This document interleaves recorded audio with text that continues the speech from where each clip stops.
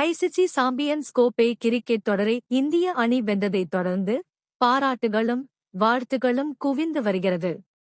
இந்த தொடரில் இந்திய அணியை ரோஹித் சர்மா மிகச் சிறப்பாக வழிநடத்தினார். சாம்பியன்ஸ் கோப்பை கிரிக்கெட் தொடரில் இந்திய அணிதான் விளையாடிய அனைத்து போட்டிகளிலும் வெற்றி பெற்று தனது நிரூபித்து திறமையை மீண்டும் ஒருமுறை நிரூபித்துள்ளது. இந்த கிரிக்கெட் தொடர் தொடங்குவதற்கு முன்பாக ரோஹித் சர்மா மற்றும் விராட் கோலியின் ஓய்வு அறிவிப்பு குறித்து பரவலாக பேசப்பட்டது.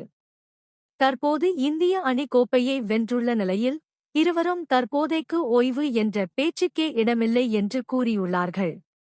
2027ஆம் ஆண்டு உலகக் கோப்பை ஒருநாள் கிரிக்கெட் தொடர் நடைபெறுகிறது.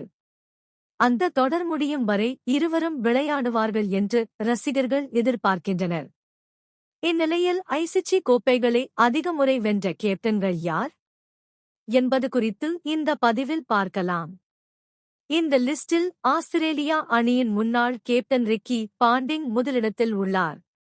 இவரது தலைமையிலான ஆஸ்திரேலியா அணி 2003 மற்றும் 2007ஆம் ஆண்டு நடந்த ஐசிசி உலக கோப்பை ஒருநாள் கிரிக்கெட் தொடரை வென்றது. மேலும் சாம்பியன்ஸ் கோப்பையை 2001 மற்றும் 2009ஆம் ஆண்டுகளில் கைப்பற்றியது. இதன் மூலம் மொத்தம் 4 ஐசிசி கோப்பைகளுடன் ரிக்கி பாண்டிங் முதலிடத்தில் உள்ளார். எம்எஸ் தோனி 3 ஐசிசி கோப்பைகளுடன் எம்எஸ் தோனி 2ஆம் இடத்தில் இருக்கிறார். இவரது தலைமையிலான இந்திய அணி 2011ஆம் ஆண்டு நடந்த உலக கோப்பை ஒருநாள் கிரிக்கெட் தொடரை வென்றது. இதேபோன்று 2007இல் நடந்த T20 கிரிக்கெட் தொடர் மற்றும் 2013இல் நடந்த சாம்பியன்ஸ் கோப்பை தொடர் ஆகியவற்றையும் இந்திய அணி கைப்பற்றியது. இதன் மூலம் மொத்தம் 3 ஐசிசி கோப்பைகளை வென்ற கேப்டனாக எம்எஸ் தோனி உள்ளார்.